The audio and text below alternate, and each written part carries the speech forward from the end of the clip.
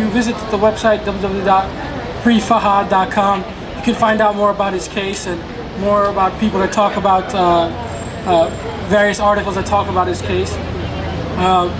But in general, he's been a person that's a pre-trial detainee held in the federal system in America, and he's been held in solitary confinement, awaiting a trial. Awaiting a trial. For the past 2 years, he's been held in complete solitary confinement.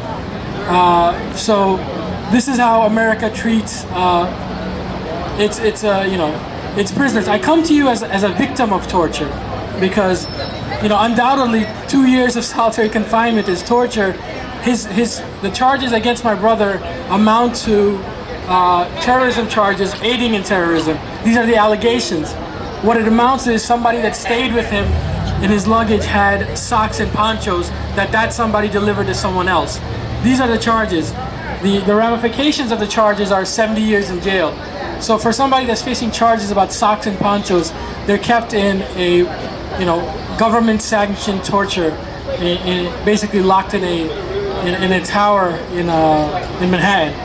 And I'm talking out about his case, but there's been many cases in the past 8 years, and that paradigm of torture, like I said, has been kind of dismissed nationally. They think it just happens at Bagram or some secret site or Guantanamo Bay, but it's happened throughout the federal system, and the Muslim community in America have been at the brunt end of it. So don't think what has happened in the past 8 years in Guantanamo didn't happen in the federal system. It has. There have been many cases, case after case of abuse and of torture and a state of fear. The president has gone and given a speech about the Muslim community in America. The Muslim community in America is a very scared community. They live with an atmosphere of fear. They have agent provocateurs within their mosques, and it's permeated throughout America. It's not just one community. There's cases in Lodi, California, in Houston, Texas, in Atlanta, in New York, in Albany, in Boston. There's a case that I know of. So there's case after case of torture or of going outside the bounds of trying to put a community in a state of shock, in a state of fear. And like I said, frivolous cases, but the sentences that are doled out are worse than murderers and pedophiles get. So this has been the paradigm for the past 8 years, and it's apparently the paradigm that's been maintained with this new administration.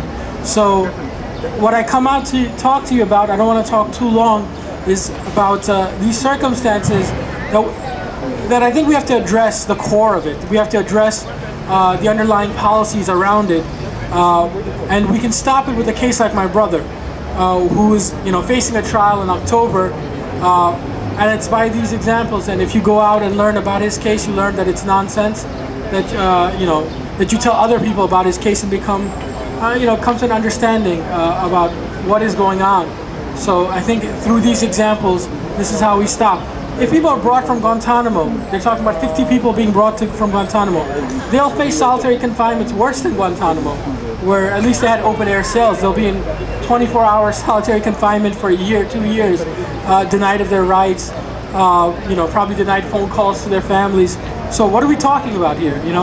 We're putting a cover on a bigger issue. The closing of Guantanamo means nothing if the federal system has been what it is for the past 8 years and is maintaining to be that, as we see in this case in Newburgh in New York, where an agent provocateur riled up 4 people who was, it's within this administration. It's these people were arrested, and there's questions arise about why these people in these communities are being targeted in the first place.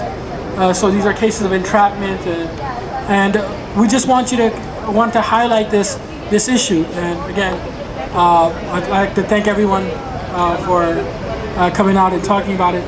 I'm going to switch gears a little bit. I'm going to talk about a separate case, and that is a case of Saifullah Paracha, who's currently a detainee in Guantanamo. He's one of only 4 Pakistanis left in Guantanamo, but he has roots in America. He's a green card holder. He has he had a well-established business in New York, and he had a partner in New York. This person was basically lured by the United States government from his house in Pakistan to Thailand, basically lured there on the pretext of business, and he was renditioned. So he's a person that's in Guantanamo right now that, you know, if you ever seen the movie Rendition, they put a hood, in Thailand, they put a hood over his head and they beat him, and they took him to Bagram Air Base. His family didn't know where he was for 3 months. They put him in Bagram Air Base, where he spent some time in Bagram for a year, and in the past 6 years he shifted over, or 5 years, he went from Bagram to Guantanamo Bay. In Guantanamo Bay, this man's 60 years old. He's had 2 heart attacks in Guantanamo Bay. He's a father of 4 with deep ties. He has 100 relatives in New York and throughout America. He's a green card holder. So, you know, what are we saying here? We can rendition someone, we can take him. There's accounts that his face was bloodied in the process of him being arrested or him being kidnapped in Thailand. He was kept, you know, incommunicado for 2 months in Bagram Air Base. He's had 2 heart attacks. You know, would he have had 2 heart attacks if he was with his family? 2 heart attacks while he was in Guantanamo, and he's, you know, he's one of 250 people left in Guantanamo. And what we'd like to say about his case is that we'd like everyone to, you know, go to freeparachas, PARACHAS.org, and, you know, tell your congressman, tell people that, you know, this person is in Guantanamo. Return him back to his family in Pakistan, where his you know, children are waiting for him, where his wife is waiting for him. And at the end of it, you know, this is just another case of a person literally plucked from Thailand, you know, kept in the dark, and his health has deteriorated.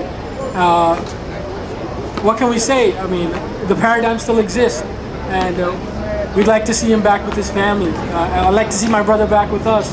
So please go and explore the website, www.freefahad.com. Susan has some postcard flyers that tell a little bit more about the case, and some websites that you can go to. And again, I'd like to thank everyone for listening to us.